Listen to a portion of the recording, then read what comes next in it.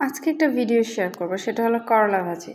অনেকে বলবে যে করলা ভাজির ভিডিও দেখানোর কি আছে, কি দেখানোর আছে সেটাই শেয়ার করছি। তো এটা হলো আমি করলা ভাজিটাকে এরকমভাবে কেটে নিয়েছি। এটা দেখানোর কথা হলো করলা তো সবাই কাটতে পারেন, কিন্তু আলুটা করলা ভাজির সাথে কীভাবে কাটলে ভালো হয় এটা হয়তো অনেকেই জানেন, অনেকে কুচি কুচি করে ফেলেন।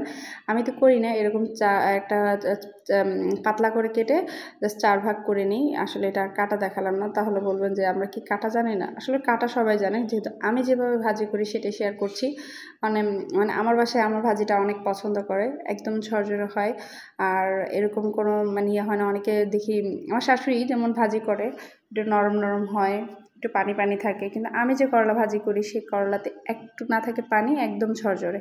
তো ভাবলাম আমি আপনাদের সাথে আজকে একটু শেয়ার করি। প্রথমে তেল দিয়ে পর্যাপ্ত পেঁয়াজ দিয়ে দিলাম, তারপরে দিয়ে দিচ্ছি করলা এবং আলুটা। আর আমি কোনো তিতা ফেলাই না, যেহেতু করলা খাবো, তিতা খাবো না কেন বলেন? করলা খেলে তো অবশ্যই তিতা খেতে হবে। আর আমি যেভাবে ভাজি করি সেটার মধ্যে কোনো তিতা থাকে না, কারণ যেহেতু একদম ঝরঝরে ভাজি হয়, তাই এটার মধ্যে কোনো তিতাই থাকে না।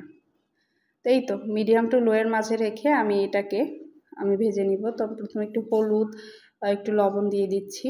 আর কিচ্ছু দিব না, আর 2-3টা কাঁচামরিচ দিব এটার মধ্যে, আর কিছুই দিব না।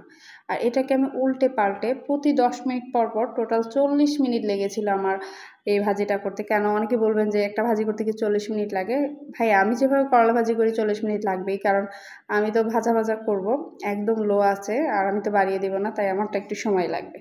এই তো ফাইনালি লুক 35 মিনিট পর আমার করলা ভাজির লুকটা এরকম, একদম ঝরঝরে, একটার সাথে একটা লেগে যাচ্ছে না, কিংবা পারিনি। আমি জাস্ট একটা বাটিতে দেখাচ্ছি। এই তো এই করলা ভাজি দিয়ে আমি এক থাল ভাত অনায়াসেই খেতে পারি, এবং অনায়াসে খেয়ে ফেলি, আমার অন্য কোনো আইটেম দরকার হয় না। আর এইভাবে ঝরঝরা করলে তিতাটাও কম হয়, আর খেতেও বেশি ভালো লাগে আমার কাছে। কার করলা ভাজির ভিডিওটি ভালো লেগেছে অবশ্যই কমেন্ট করে জানাবেন। আর কেউ যদি এভাবে ভাজি করেন বা তার ভাজিটা এইভাবে ঝরঝরা হয়, আমাকে কিন্তু কমেন্টে জানাতে পারেন। এই তো আমি আমার ভাতটা রেডি করে ফেললাম, আমি সেহরিতে এটা দিয়ে খাবো। তো ভিডিওটি কেমন লাগলো অবশ্যই কমেন্ট করে জানাবেন।